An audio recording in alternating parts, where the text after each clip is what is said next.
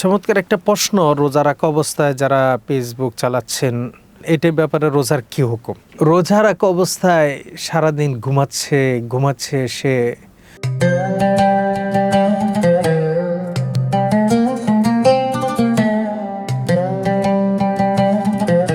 চমৎকার একটা প্রশ্ন। রোজা রাখা অবস্থায় যারা ফেসবুক চালাচ্ছেন, সেইখানে আপনারা স্ট্যাটাস দিচ্ছেন, হ্যাঁ, অনেক কিছু অশ্লীল বিষয়ও এর বিষয়ে আসতেছেন, এটার ব্যাপারে রোজার কি হুকুম?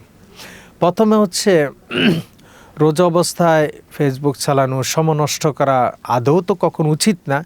কারণ রমজানের প্রতিটি মুহূর্তের অত্যন্ত অনেক দামি। আল্লাহ সুবহানাহু ওয়া তাআলা সেই সময় দোয়া কবুল করেন। সেই জন্য রমজান মাসের প্রতিটি মুহূর্তকে গুরুত্ব দেওয়া চাই। এবং সে ফেসবুক চালানোর কারণে রোজা ভাঙবে না, বটে সময় নষ্ট করার কারণে চোখের গুনাহ থেকে হেফাজত, চোখকে হেফাজত না করার কারণে, তার কর্ণকে হেফাজত না করার কারণে সে অবশ্যই গুনাহগার হবেন।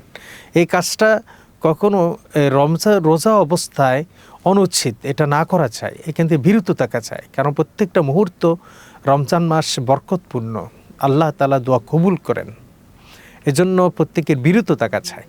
তবে রোজা ভাঙবে না, কিন্তু রোজার সওয়াব কমে যাবে।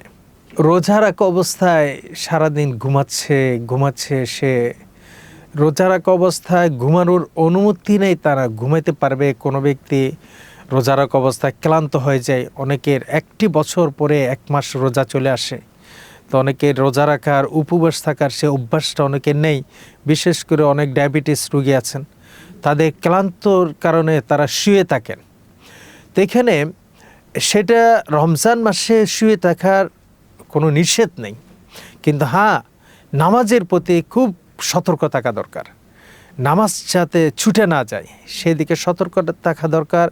এবং শুয়ে যদি সে জিকির আজকার করবে, সময়টা নষ্ট না করা চাই। এই জন্য রোজা রাখা অবস্থায় বেশি জিকির আজকার করা, হাদিস শরীফের মধ্যে আসছেন 4টি কাজ রোজা রাখা অবস্থায় বেশি করা চাই।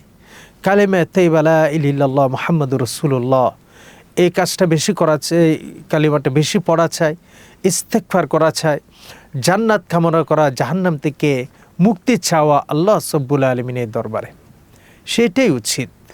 যদি কোনো ব্যক্তি শুয়ে থাকতে চায়, শুয়ে সে আমলগুলো করার অনুমতি রয়েছে।